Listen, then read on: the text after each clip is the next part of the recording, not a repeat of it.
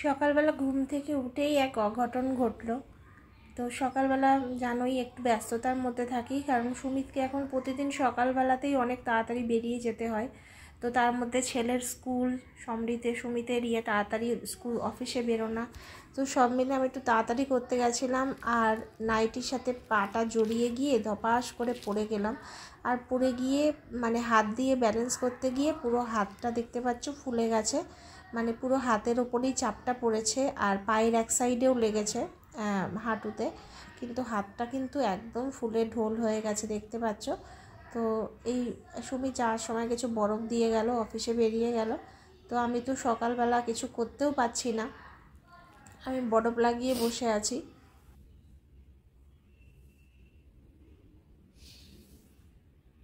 আজকে সকালবেলা তোমাদের দেখিয়েছিলাম যে হাতে খুব লেগেছে, তো দেখো এখন বরফ দেওয়ার পর একটু ঠিক আছে হাতটা, তার সাথে ব্যথার ওষুধও খেয়েছি। তো রাত্রেবেলা তো কিছু খেতে হবে, কি করব, তার জন্য ভাবলাম ভাত আর খেতে ইচ্ছা করছে না, একটু রুটি নিয়ে আসবে। আর এখন আমি এই একটুখানি ফুলকপি পড়েছিল, আলু দিয়ে ফুলকপি দিয়ে মটরশুঁটি দিয়ে একটা তরকারি করে নিই, তাহলে রুটি দিয়েও খাওয়া যাবে। তো এখানে আমি তেলটা বসিয়ে দিয়েছি, গরম হোক, এটা আমি রান্না করে নেবো। একটু টমেটো কেটে নিয়েছি, তো একটু পাতলা পাতলা ঝোল মতো করবো, খুব কষা মাখাবে না।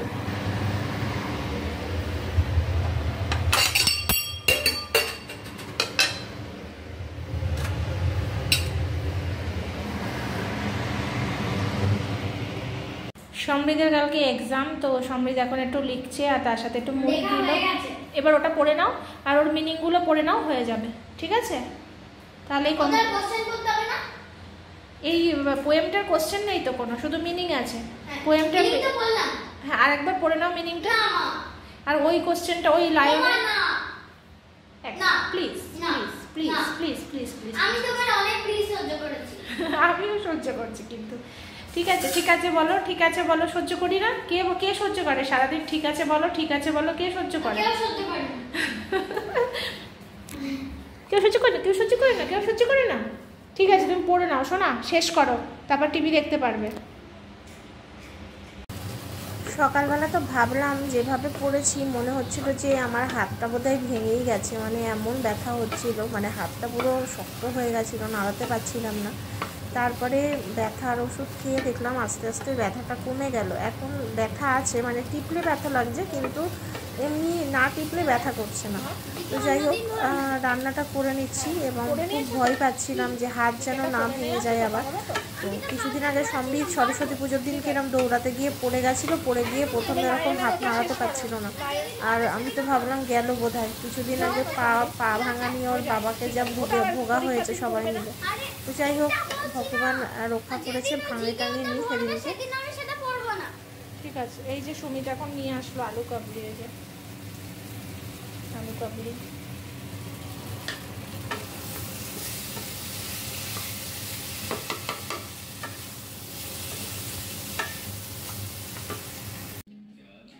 গুড মর্নিং ফ্রেন্ডস, আজকে হচ্ছে পরের দিন, মানে আজকে হচ্ছে বুধবার। আর আজকে দেখো এই সময়টা মানে ইট ভাটাতে, মানে ইট তৈরির যেটা বলে না, মানে উপযুক্ত সময়, সেটা হচ্ছে এই সময়টা। মানে শীতকাল হালকা শীত যাচ্ছে, এই সময়টা ওরা প্রচুর পরিমাণে ইট উৎপাদন করে।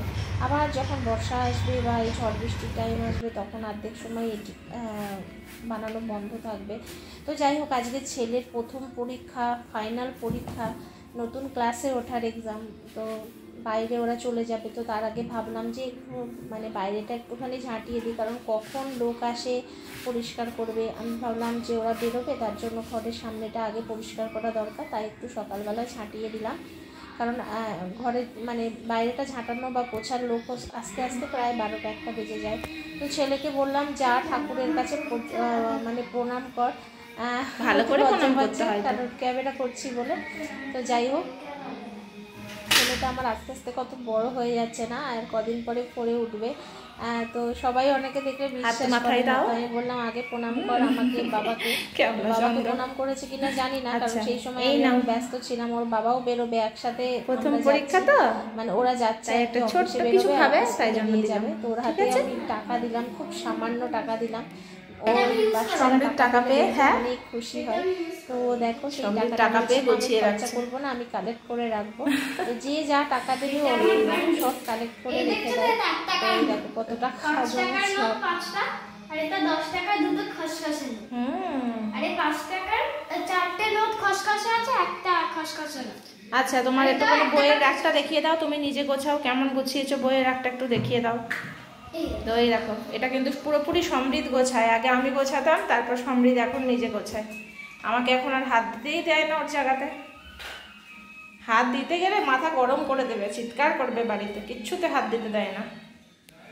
রান্না কোনো রকম হাফ ডান করে ছেলেকে আনতে যাচ্ছি। এত তাড়াতাড়ি করেছি কি বলবো, মানে এখন এসে আর ডালটা সাঁতলে আর বাঁধাকপিটা করলেই হয়ে যাবে। বাঁধাকপি সব করা হয়ে গেছে, তোমাদের এসে শেয়ার করব। তো ছেলের এখন বাজে হচ্ছে 10:50 কাছাকাছি।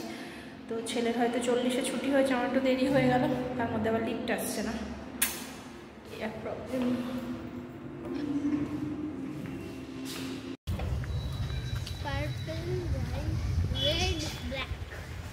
এই জায়গাটা ছবিটা কি সুন্দর লাগছে দেখতে। সমৃদ্ধ এক্সাম দিয়ে এলো।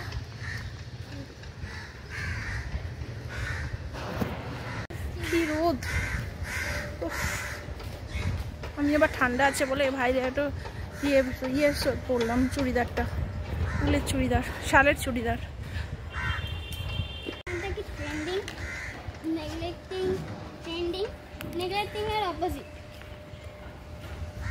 দেখো কি সুন্দর পলাশ ফুল ফুটেছে। তো বললাম তোমাদের কিছুটা রান্না করে আমি গেছিলাম আর কিছুটা রেডি করে গেছিলাম। তো এসে আমি বাঁধাকপিটা করে নিলাম আর ডালটা সাঁতলে নিলাম পেঁয়াজ দিয়ে। তো এই দেখো বাঁধাকপি। তো বাঁধাকপিটা মানে কি বলবো, অনেকটা ছোট বাঁধাকপি ছিল, তো আলুটা একটু বেশি দিলাম, দিয়ে করে নিলাম। বাঁধাকপিটা অনেক দিন করা হচ্ছিল না, তো বেশ ভালোই হয়েছে বাঁধাকপিটা খেতে। যেহেতু আমি ভয়েস দিচ্ছি বিকেলবেলা, তাই বলছি আর কি। দুপুরে রান্না টান্না পুরো কমপ্লিট করে এই সামনে এলাম। এটা হচ্ছে বাঁধাকপির তরকারি, এটা হচ্ছে মুসুরির ডাল,